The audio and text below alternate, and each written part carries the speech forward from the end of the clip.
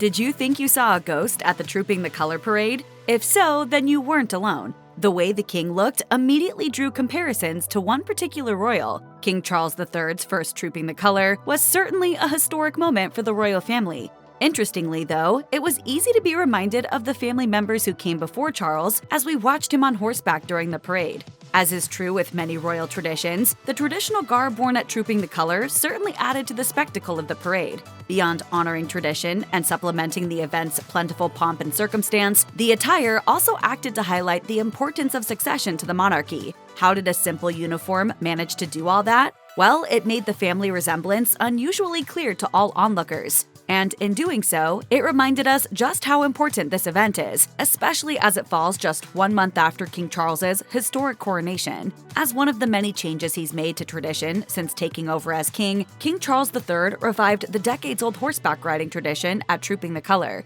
As he rode in on horseback, it was clear that this was a historic moment. And indeed, there is the king, King Charles III. However, for many fans watching the parade, it felt more like déjà vu. Thanks to the traditional hat that Charles sported during his horseback ride, his face was slightly obscured in such a way that his resemblance to his late father, Prince Philip, was uncanny. One Twitter user tweeted a photo from the event, writing, "Oh wow, King Charles looks so much like his dad, the late Prince Philip, in this pic. For a second, I honestly thought it was Philip."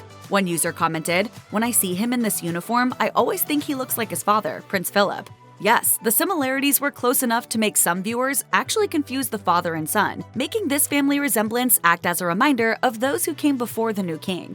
Now that you've seen it, it's nearly impossible to look at photos of King Charles from Trooping the Color 2023 and not see his startling resemblance to the late Duke of Edinburgh.